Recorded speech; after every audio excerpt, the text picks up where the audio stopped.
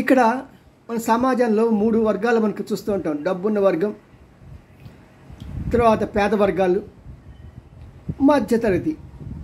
మధ్యతరగతి అంటే ఇది మనకి మధ్యలాగా ఉండమాట, ఇటు వాయిస్తారు అటు వాయిస్తారు, ఎవరికీ అవసరం లేదు. పేదవాళ్ళంటే ఓట్ల బ్యాంక్ కాబట్టి అన్ని పార్టీలు వారి మీద ప్రేమ కురిపిస్తాయి. డబ్బున్న వాడికి వాళ్ళు ఎవరు అవసరం లేదు, వాడే అవసరం పార్టీలన్నిటికీ. కానీ పాపం ఈ మధ్యతరగతి ప్రజలకి ఒక శ్రీరామ లక్ష్మిలాగా హెల్త్ ఇన్సూరెన్స్ అని వచ్చింది. దాంట్లో ఏం చేస్తున్నారంటే దాని మీద కూడా ప్రభుత్వం 18% ట్యాక్స్ వేస్తున్నది. ఎంత ఘోరం!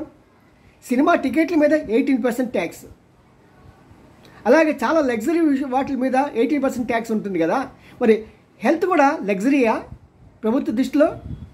మరి పాపం మధ్యతరగతి ప్రజలు కావాలని చెప్పి ఏదో రకంగా ఒక చిన్న ఆసరా దొరుకుతుందని హెల్త్ ఇన్సూరెన్స్ మీద వాళ్ళు తీసుకుంటుంటే 18% ట్యాక్స్ వేయటం ఎంత దారుణం! ప్రభుత్వం వెంటనే గమనించాలి.